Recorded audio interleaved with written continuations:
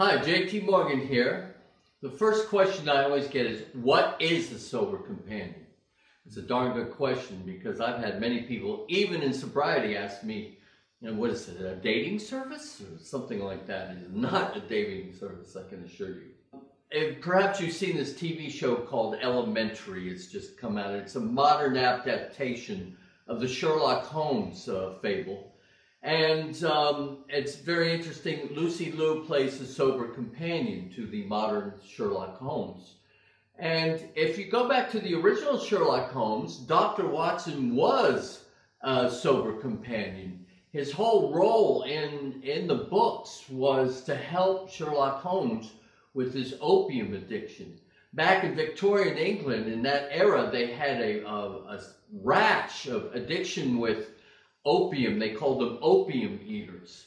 And they also had a very big problem with gin and alcoholism at that time too.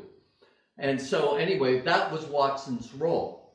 Nowadays, in the modern time, it's kind of a new paradigm. And my experience when I first started this with an agency was that I was someone that came and sort of watched over someone that they didn't have a drink or a drug. And it seemed to me at the time that this was like basically the equivalent of putting a Band-Aid on an axe wound. I didn't see the point of just having this person spend all this money, and the minute I walked out the door, they were back at the bar or back at their drug dealers and doing what they do best. So it seemed that's why I started a Badass Sober Companion. It seemed to me that I should be giving someone some tools to take them with them when I left.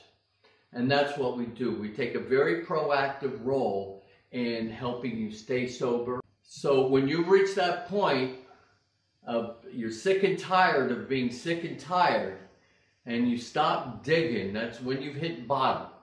When you've hit bottom and you are actually ready to accept the fact that you need to do something about this problem, that's when we can help you. Acceptance, action, and acclimate. These are the 3 points we use to get you to the point where you can work on your own.